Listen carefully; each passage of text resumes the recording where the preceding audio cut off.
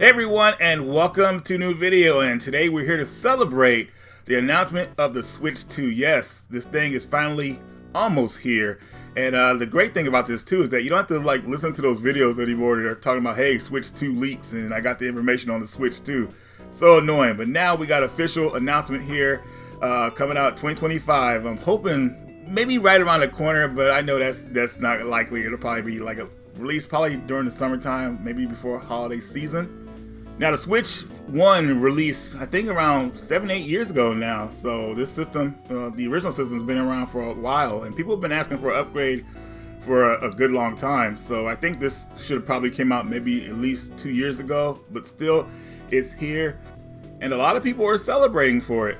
Now, for me, the whole thing with the Switch 2, it had to have backwards compatibility. That was the main thing for me because a lot of people, collect Switch games. You guys seen in my collection, well, most of it, and I want to be able to play my games on a newer system. And Nintendo saw the importance of that, and they made this system backwards compatible, so you could put your old Nintendo Switch games inside this and play them. And not only that, that means that a lot of the eShop store, or probably 100% of it will work on the Switch 2 with those games. So those games are transferring over. So backwards compatibility, big thing. Good job, Nintendo, on that. Now, as far as the look for this system, I was sent a replica of what the Switch 2 was supposed to look like a couple of months ago by a company called iFlyTech. And I thought it looked pretty impressive. I wasn't too crazy about the white Joy-Cons, but still, I felt like this was a good size increase from the original Switch.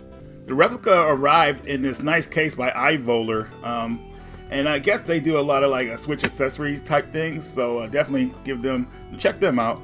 But going back to the system though, with the size it is, I feel like it's not going to be too clunky with its size.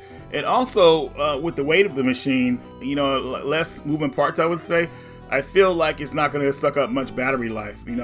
That's what I was always interested about with the Switch 2. How was the battery life going to be on the system when it plays those top tier games? And like I said, we don't know anything about the tech just yet, but I feel like the size of the system there is not much bigger than the original Switch.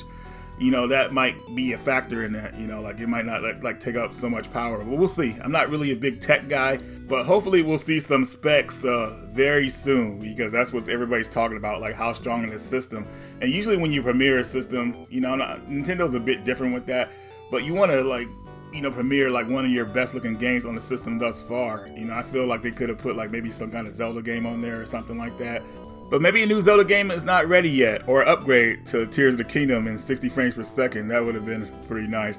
But Mario Kart is always on the go. That is a fun game, a staple, a racing game for Nintendo. So they showed a little bit of the new one. And hopefully it's not like a Mario Kart 8 or nothing like that, some kind of upgrade. Just call it Mario Kart 9. Let's move it on with the sequels.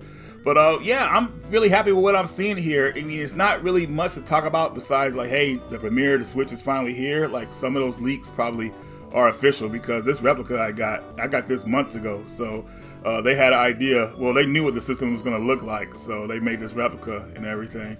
But going back to the system, and also speaking of the Joy-Cons, I don't think you're going to be able to use the original Joy-Cons on this system. So brand new Joy-Cons, and everything, which I think work a lot better from what you see here. Here's the funny thing too, my original Joy-Cons for my Switch, they had drift, and I haven't even sent them back to Nintendo yet. I finally printed out the label to get them sent back and fixed, so hopefully I'll get those back pretty soon. But these new Joy-Cons, hopefully they don't run into the same issues that the original did with the drift. Hopefully Nintendo has remedied that. I mean, they better have, right? We don't want to run into any drift issues, especially with a Mario Kart game premiering with this new system.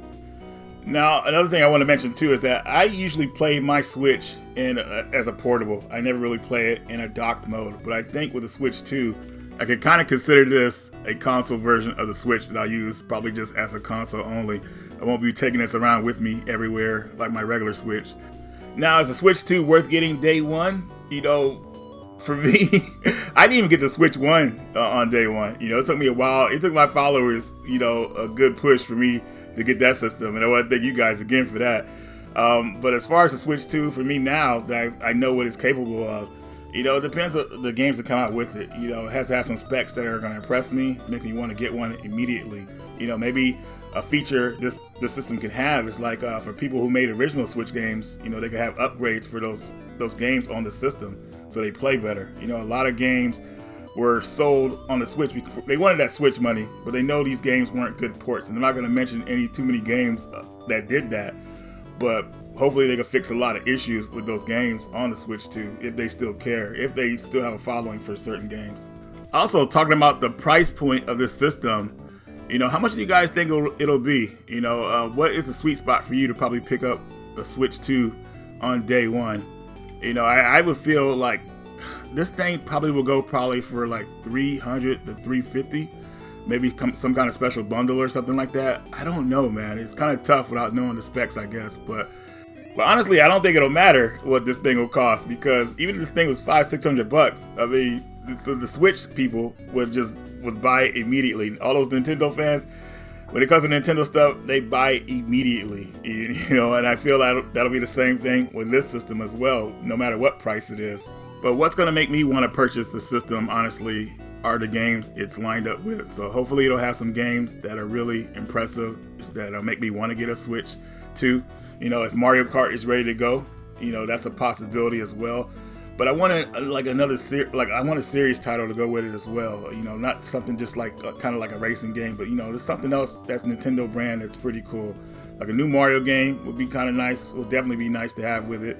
But I don't know if they'll have anything ready for that, because I haven't seen any leaks on the Mario game or anything like that. So, but maybe they'll surprise us. We'll see.